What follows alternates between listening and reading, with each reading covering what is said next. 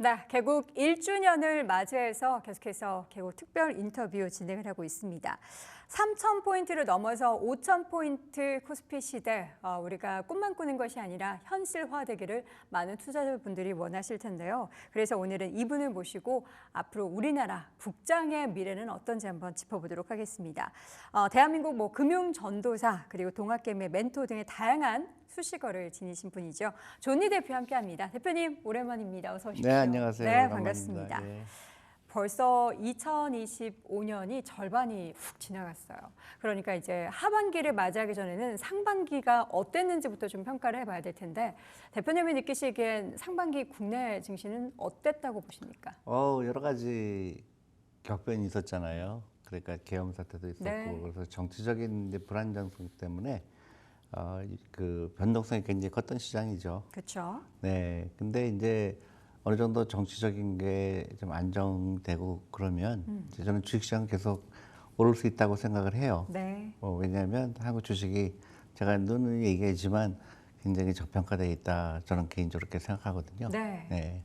저평가되어 있는 시장이 이제 제대로 된 평가를 받고 있는 그렇죠. 그런 구간에 네. 놓여 있다로 네. 생각을 해보면 될 것 같고 지금 이제 3,000포인트는 거의 내일 모레 가능할 거로 보일 정도로 지수가 정말 강하게 오르고 있는데요.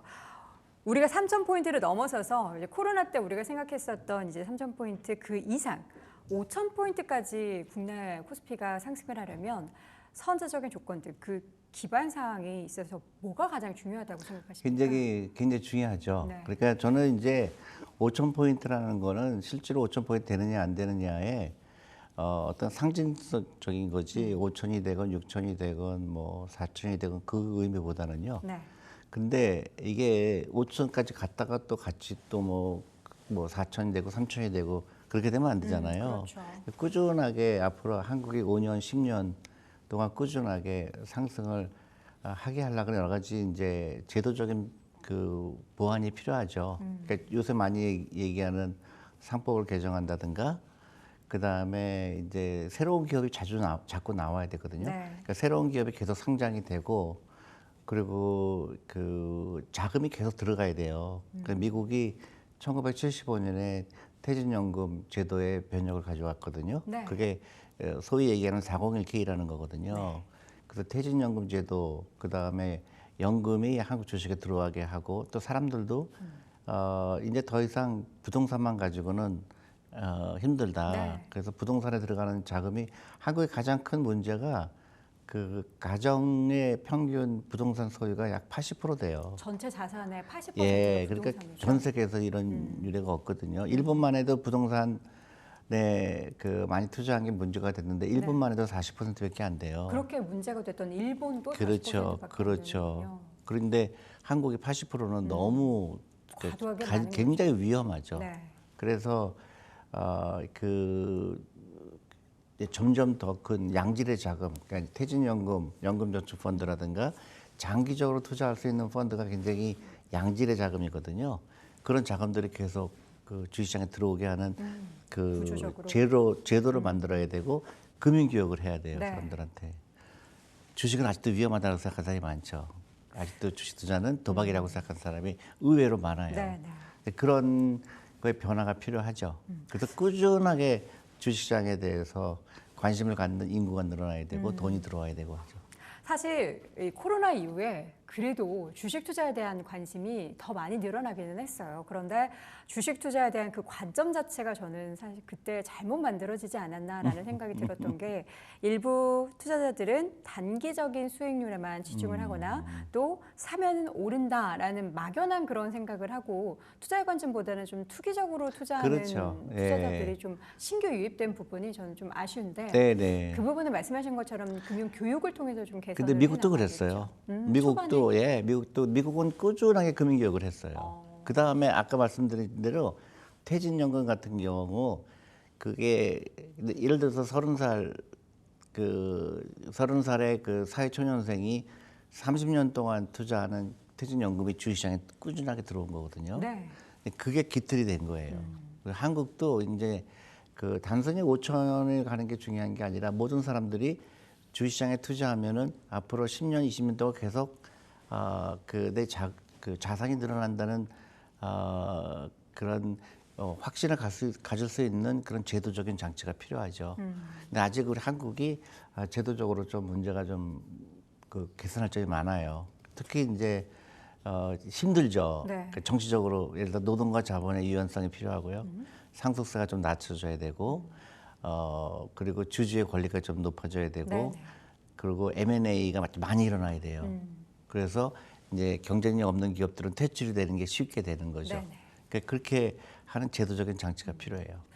그 대표님께서는 우리나라에 만약에 지금 금융시장에서 가장 과제 중에 하나가 상법 개정되는 부분과 지금 네네. 과세 부분, 네. 배당 관련해서 이제 과세 부분에 대해서 최근에 얘기가 많이 나오는데 이게 이제 빠른 시일 내에 현실화된다면 확실히 지수의 5,000포인트를 만드는데 큰 마중물 역할을 할 거라고 보십니까? 그렇죠. 그러니까 특히 제가 관심을 끄는 거는 예를 들어서 배당을 분리과세한다든가 네. 그다음에 타이완처럼 현금은 많은데 회사가 배당을 안 했을 경우에 페널티가 있어요. 대만 같은 경우에는 이제 그런 제도를 하면은 굉장히 도움이 되죠. 근데 그거하고는 부족해요. 그건 너무나 단발적인 영향. 예, 굉장히 좋은 방향이긴 하지만 그거하고는 부족해요. 그냥 어떤 마스터 플랜이 필요해요. 국민들이 주시장에 들어오니까 나도 노후 준비가 되겠구나. 그래서 그런 그 희망을 심어줘야 되고 네. 실제로 제도가 그렇게 작동을 해야 되고 그러니까 지금 같은 경우 미국 같은 경우에 그 금융산업이 발전하니까 그 모든 전 세계 돈의 반이 미국으로 가요. 네. 그게 지금의 미국을 만든 거거든요. 사실 우리나라 투자자분들도 은퇴 자금을 그래서 미국 시장에서 구축을 하고 근데 마련하고 저는 있습니다. 그런 약간 이제 그래서 미국은 너무 비싼 거고요. 한국은 그런 가능성이 굉장히 높아요. 근데 우리나라는 그 이 금융 산업에 대한 중요성을 여태까지 너무 간과했어요. 그렇죠. 예, 금융 산업이 제일 중요한 척도 중에 하나예요. 우리나라 경제에 대해서 한번 논의를 해보자면 좀 우울합니다. 경제 성장률 자체도 그렇고 저성장이 너무나 고착화되고 있어서 미국보다 성장률이 낮다라는 것도 굉장히 안타까운 상황이고 또 미국과 중국 간에 계속해서 벌어지고 있는 패권 전쟁 가운데서도 우리가 외교적으로도 굉장히 어려운 그런 위치에 놓여 있는데 지금 우리나라의 경제 상황은 암울하지만 앞으로는 좀 나아질 수 있을까요? 저는 그 어떻게 대처하느냐에 따라 다르다고 봐요. 그렇죠. 예, 그러니까 우리는 그동안 너무 그러니까 그 여태까지 성공 모델만 가지고 그걸 계속했던 게 이제는 한계에 온 거예요. 네. 그러니까 우리가 수출만 무조건 하면 된다. 제조업에만 신경을 썼고요. 근데 지금은 정말로 우리나라가 신경을 써야 될 거는 금융 분야예요. 그래서 왜 한국같이 아시아에서 그렇게 성공한 나라가 없는데 왜 금융 허브가 한국이 안 될까요? 왜 홍콩이나 싱가포르가 금융 허브가 될까요? 우리는 그것조차도 생각 안 하고 있잖아요. 네. 우리가 금융 허브가 돼야 된다고 그런 야망이 있어야 되죠.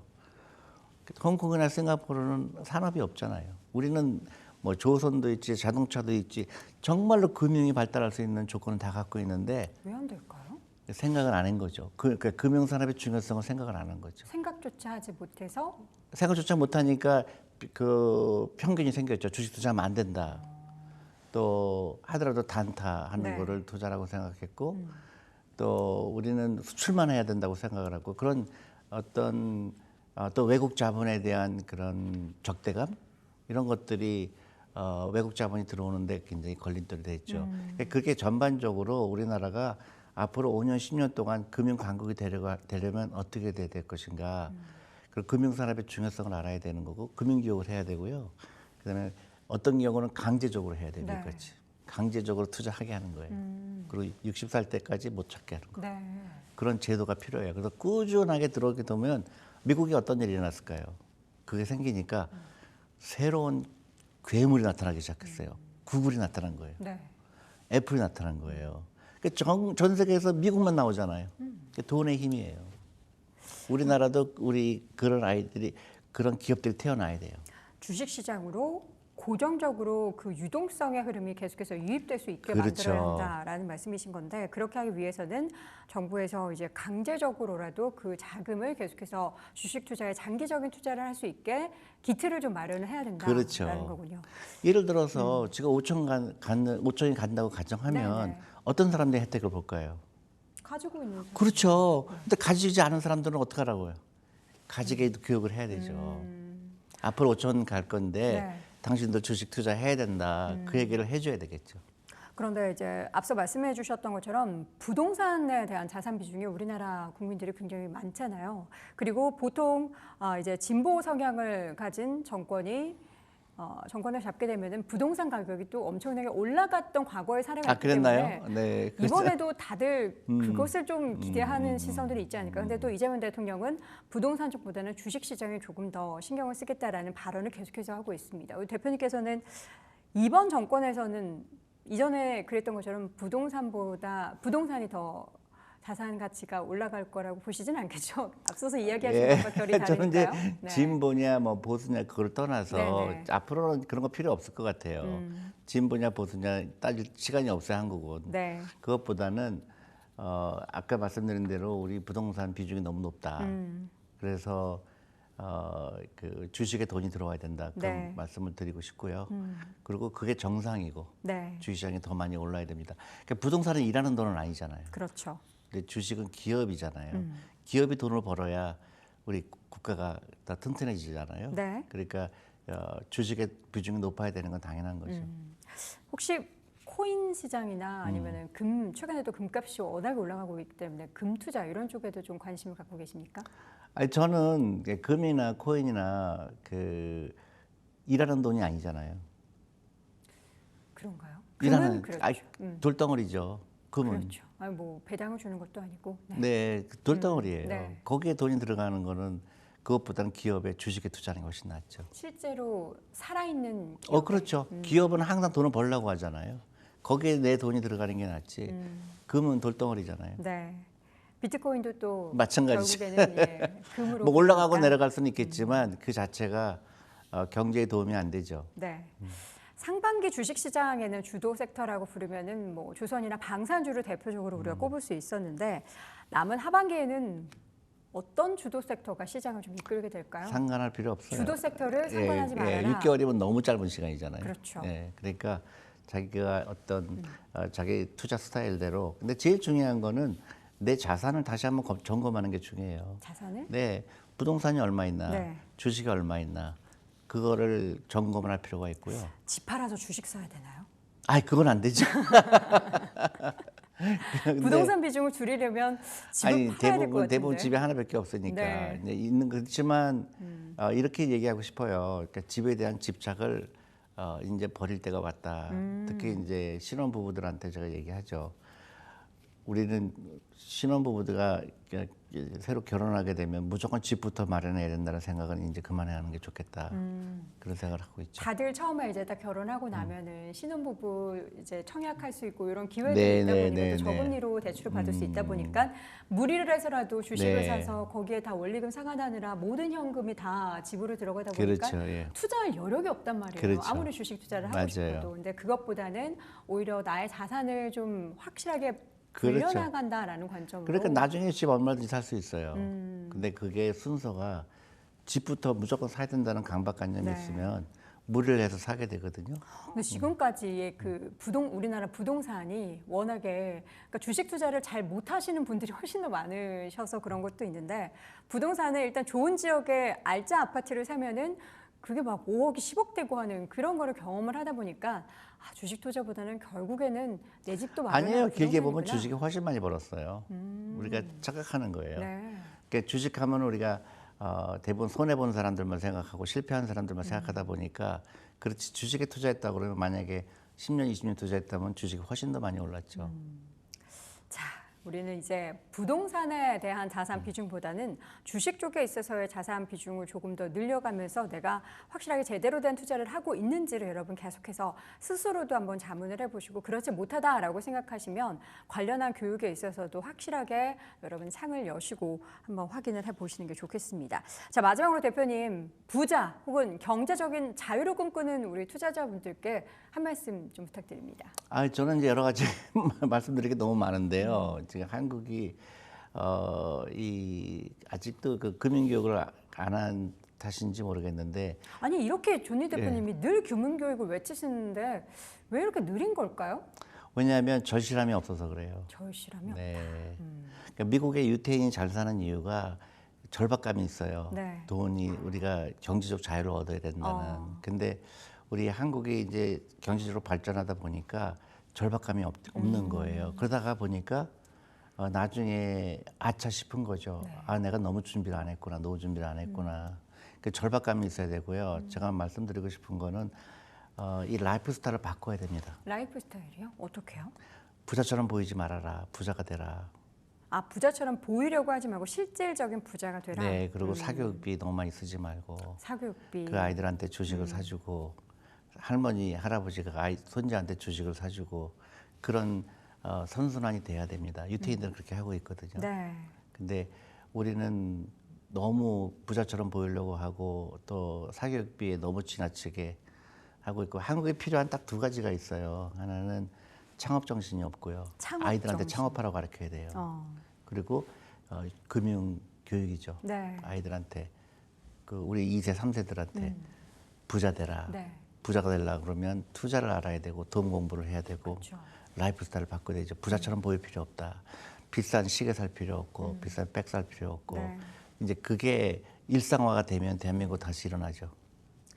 우리가 부자가 되고자 하는 마음은 크지만 그 부자가 되는 방법에 대해서는 아직까지 대한민국 전체 국민들이 명확하게 알기가 참 쉽지 않은 그러니까 환경. 돈을 일시켜야 되는데 자기가 일하려고 그래서 그래요. 아, 돈을 일하게 해야 되는데 내가 일을 한다. 그렇죠. 저도 좀 그런 것 같긴 합니다. 예, 제 돈이 일을 해야 되는데 제 돈은 은행에 다 가 있는 것 같고요. 자, 저도 제 일을 줄이고 제 돈이 일하게 하는 돈이 그런 일하게 해야 돼요. 생각을 한번 전환해 보도록 하겠습니다. 오늘 또 시간이 너무 제한적이라서 우리 대표님의 이야기를 여기까지밖에 들을 수 없는데 너무 아쉽습니다. 한 번 더 또 나오셔서 네, 언제든지 이야기 또 불러주세요. 해주셨으면 좋겠습니다. 자, 오늘 존니 대표와 함께했습니다. 대표님 고맙습니다. 네, 감사합니다. 매일 오전 8시 출발 딜사이트에서 만나요. 제발. 제발.